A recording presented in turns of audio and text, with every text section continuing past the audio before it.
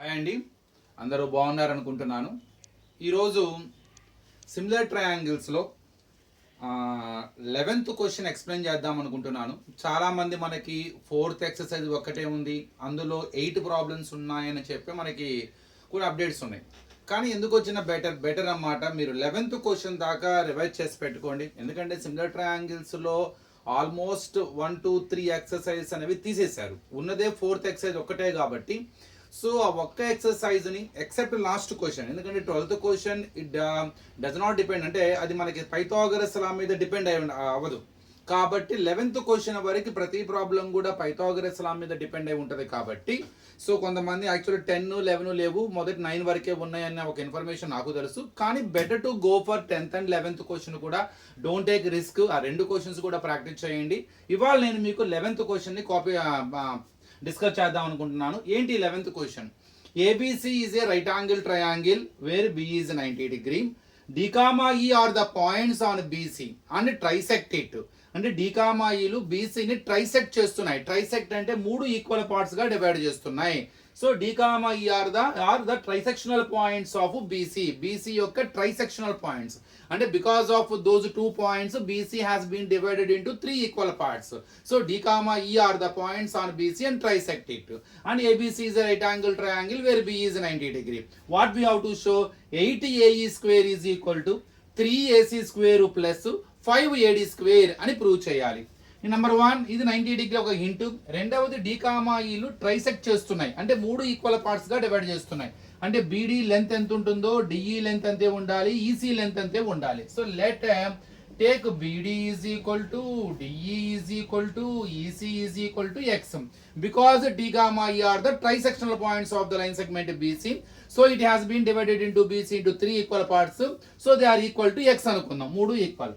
ఇప్పుడు ఇంకా ఒక్కొక్క రైట్ యాంగిల్ ట్రయాంగిల్ తీసుకుందాం అకార్డింగ్ టు ఆర్టీపీ అండి. ఒక్కొక్క ఆర్టీపీ తీసుకుంటూ దాన్ని మనము పైథాగరస్ లో అప్లై చేద్దాం, స్క్వేర్స్ ఉన్నాయి కాబట్టి.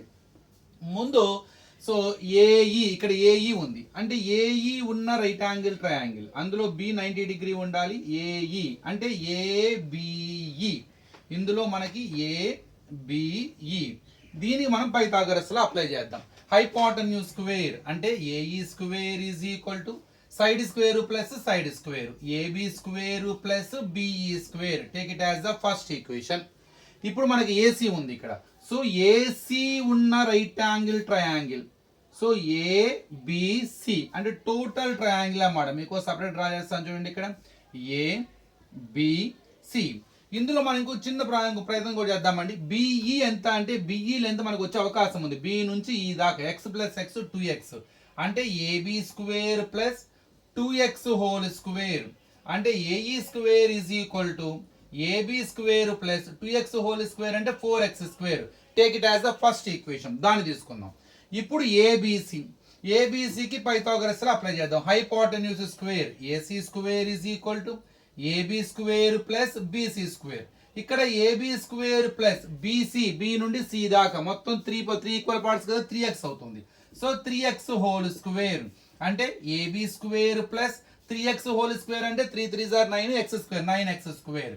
సో ఇది సెకండ్ ఈక్వేషన్ అనుకోండి. ఇంకొకటి ఉందంటాము ఏడి. ఏడి ఉన్న right angle triangle, AD looks like hypotenuse for the right angle triangle ABD.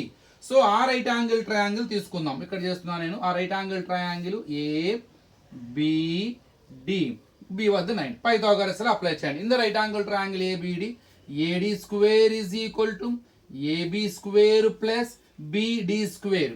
ఇక్కడ బిడి లెంత్ మనకు తెలుసు. Because D, E trisectional points we have taken all the 3 equal parts are equal to x. It is one of the length. BD x అనమాట. అంటే AD square is equal to AB square plus x square. Finally I prepared 3 equations according to required statement. మనకి required statement లో 3 terms ఉన్నాయి. AE square, AC square, AD square. దాని point of వ్యూలో అవి ఉన్న ఒక్కొక్క రైట్ యాంగిల్ ట్రయాంగిల్ తీసుకున్నాను నేను. వాటికి పైథాగరస్ అప్లై చేయడం జరిగింది. అందులో బిడి లెంత్, బిఈ లెంత్, బీసీ లెంత్లు మన అక్కడ ఎజంప్షన్ ఎక్స్ అనుకున్నాం కాబట్టి ఒక్కొక్క ఈక్వల్ పార్ట్, వాటిని కూడా సబ్స్టిట్యూట్ చేశాను. ఇక్కడ బిఈ ఉంది 2x, ఇక్కడ వచ్చేసరికి బీసీ ఉంది 3x, ఇక్కడ బిడి ఉంది x. ఇప్పుడు వీటిని తీసుకెళ్ళి నేను మన రిక్వైర్డ్ స్టేట్మెంట్ లో సబ్స్టిట్యూట్ చేయబోతున్నానండి. అంటే ఎట్లా చూడండి, LHS ఈక్వల్ టు RHS చూపించాలి కదా. నేను ముందు RHS తీసుకోబోతున్నాను. అంటే ఇది 3ac² ప్లస్ 5ad². ఇందులో సబ్స్టిట్యూట్ చేస్తాను. 3 సెకండ్ ఈక్వేషన్ లో ఉంది. ఏంటది? ab² plus 9x² plus 5ad². 5 ఇది లాస్ట్ ఈక్వేషన్ లో ఉందండి. ab² plus x². So I substituted my ac² ad² in the RHS of the required statement. Now I have to show that it is equal to a². ఇప్పుడు నేను దాన్ని a² కి equal చేయాలి. చూద్దాం ఎలా చేస్తాను.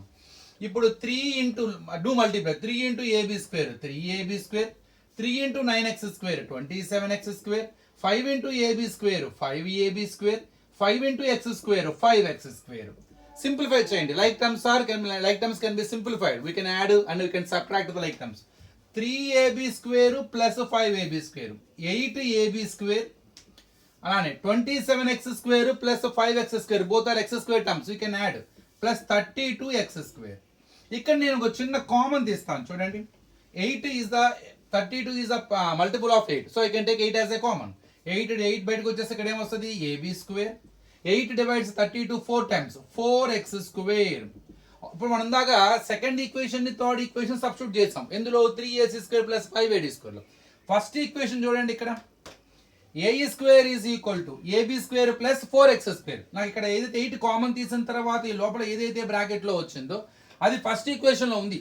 ab² plus 4x² equal to a². So ఈ expression బదులు మనం ఏం పెట్టచ్చు? ae². So I proved it. So 3ac² plus 5ad² is equal to ఏమని ప్రూవ్ చేశాను? 8ae² అని ప్రూవ్ చేశాను. చాలా సింపుల్ అండి. చూస్తానికి అందరూ చాలా కష్టం అనుకుంటారు, కానీ ఇందులో ఏమీ లేదు. సో చాలా మంది 8 క్వశ్చన్స్ ఏ ఉన్నాయి అంటున్నారు. నేను అనేది ఏంటంటే మనకు ఉన్నది ఒకటే ఎక్సర్సైజు. మరి ఆ ఒక్క ఎక్సర్సైజ్లో కూడా మళ్ళీ కొన్ని ప్రాబ్లమ్స్ తీసేస్తారు అన్నది ఎంతవరకు కరెక్ట్ అన్నది నాకు అంతగా సో అనిపించలేదు అనమాట. Don't take any risk. Better to go for 11th problem వరకు ప్రాక్టీస్ చేయడానికి ట్రై చేయండి. అందులో ఇది 11th క్వశ్చన్. చాలా సింపుల్ అండి, ఏమీ లేదు ఇందులో. చూస్తాం కదా అలౌడ్గా ఉంటుంది. సో ఒక 3 రైట్ యాంగిల్ ట్రయాంగిల్స్ ఉంటాయి, అందులో పైథాగరస్ అప్లై చేస్తాము. ఆ ట్రైసెక్షన్ అనే ఒక చిన్న హింట్ని వాడుకొని చాలా ఈజీగా సింప్లిఫై చేయొచ్చు అనమాట. సో దీని తర్వాత నేను 10th క్వశ్చన్ కూడా ఎక్స్ప్లెయిన్ చేస్తాను. Thank you.